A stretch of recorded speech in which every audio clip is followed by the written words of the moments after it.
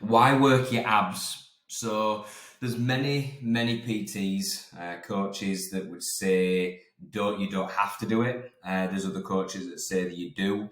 I am the coach that is on the side of working your abs and making sure that you've built the muscle there, make sure that you've got a strong core to just ensure that every lift that you do, if it's back, if it's chest, if it's shoulders, a strong core is going to enable you to really recruit the right muscles in any movement to make sure that you're rigid and you're static.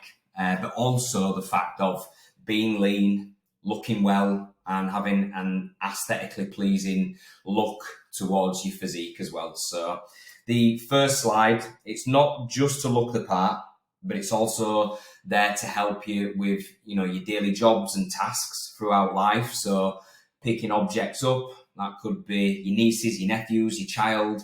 It could be a box. It could be, if you're moving a fridge. These kind of things do matter. And also the second part is looking after your posture. So I'm going to go into the reasons why in the next slide, but posture and muscle density and mass around your core helps massively with your physique and your posture in the long run. So we could have six packs, every single one of us, if we worked our asses off and achieved a ridiculously level or low level percentage of body fat.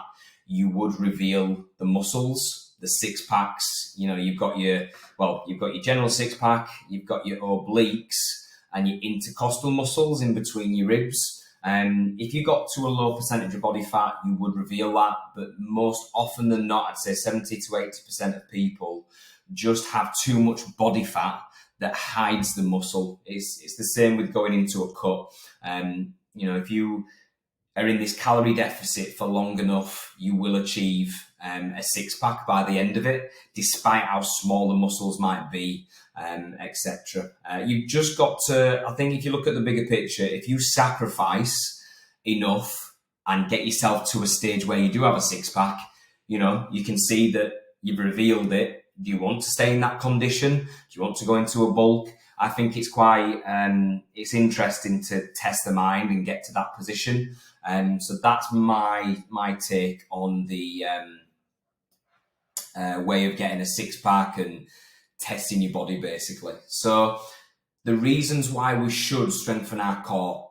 One of the best slides I'd say on this presentation. So there are many reasons why we should be working our abs and treating them like any other muscle when it comes to exercising. So number one, if they are weak, they may not be able to help us maintain good posture. So especially in the long run, as we get older, into our 40s, 50s, 60s and above, we need to strengthen our core and build enough muscle to make sure that daily activities are, not jeopardizing us in terms of the happiness that we have. So posture is a big one. The older we get, the less that we can maintain muscle in terms of when you get to your 60s, 70s. So if you've done everything that you can in the early stages to make sure that your posture is good, to make sure that we don't really get any injuries, then that is perfect. So number two, the trunk is important for all kinds of lifts. So when it comes to the gym, when you're doing a back squat, chest press, a lat or a single lat row, it's quite important to have a rigid, strong and sturdy core to make sure that your form's good, your execution, and your ability to increase the intensity. If you've got a really weak core, then that's going to cause you problems when it comes to lifting, whether that's push, pull, or even just your lunges and any other leg exercises where there's a little bit of movement. And it always reverts back to your posture as well. So that's number two. So number three, it leads to a better stability, steadiness and balance overall when we're walking or running. So if you do run, if you do walk, it's good to have balance. It's good to have stability and sturdiness and more than anything, confidence in every step that you're taking. So number four, it can help reduce the amount of lower back pain / injuries, which is what we all want, really. You want less injuries. And more often than not, sometimes back in the days when I used to do sports massage and therapy, some of the injuries that were caused in lower back pain was just because some people just didn't have a strong enough core. So if we have a strong core, you're going to get less back pain in the future.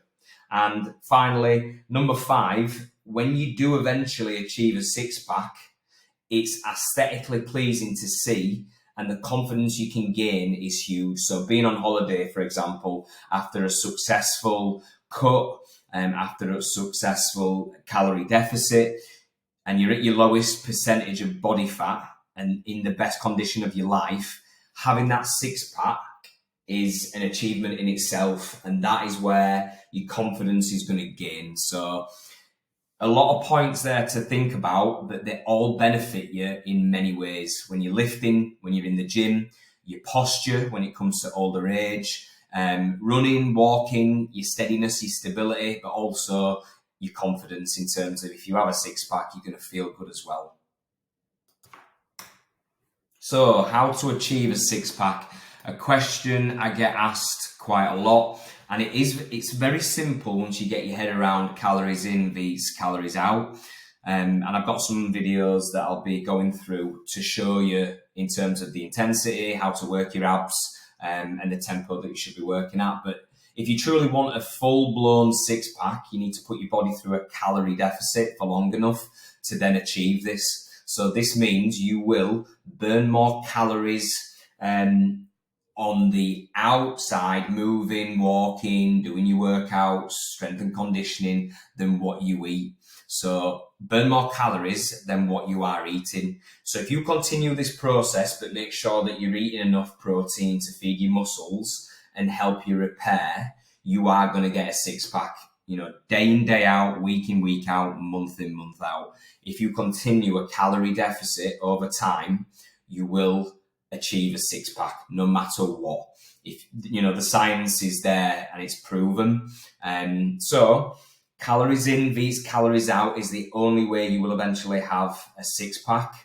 Yes, in some cases the condition you get yourself in will not be sustainable. So when I say sustainable, when we do harsh calories, where you are expending a lot of energy and hardly eating any, that's not sustainable over a long period of time. Sometimes we want to get to the, this amazing condition, peak physique, and then we'll put you into a bulk. So just so you're aware, sometimes it's not sustainable, but this may be for a holiday prep, a photo shoot, or a body transformation. So just remember that sometimes you've got to sacrifice, but then come out of it as well. So rule number 1, work your abs like any other muscle group on the body. That is rule number 1. So when I talk about tempo, intensity, always looking to progress in some kind of way, that's what you should be doing with your core muscles, your obliques and your intercostal muscles. So for me, number 1, do them at least 3 times a week, if not more. So I do them after every session, and I make sure that there is a heavy load on them, or we are always increasing the reps and slowing down, and the breathing techniques are perfect. So number 2, make sure you're always progressing in, every week that you're working your abs. So that's weights or reps. Number 3, make sure your intensity is there. So form, execution, tempo work is thought about every single time. Number 4, always push past the pain barrier. And I will say this with upper body, lower body, but also your core as well. And number 5, it's a big one. So make sure your breath work is spot on to make the most out of every set and rep that you do. So if we move on to this slide here, so I'm going to pause it. So when you start here, you should have no oxygen in your stomach, and it should be 3 seconds down. So 1, 2, 3. There is where you are ready, almost ready to exhale. So exhale out as you're coming up, exhale in, exhale out and in. So once again, if we replay this, nope. So I think it will only play once, but make sure decline sit-ups, it's 3 seconds going down. So that's From the top, 3, 2, 1, and then back up again. It's controlled, it's precise, and you're breathing out on the way up.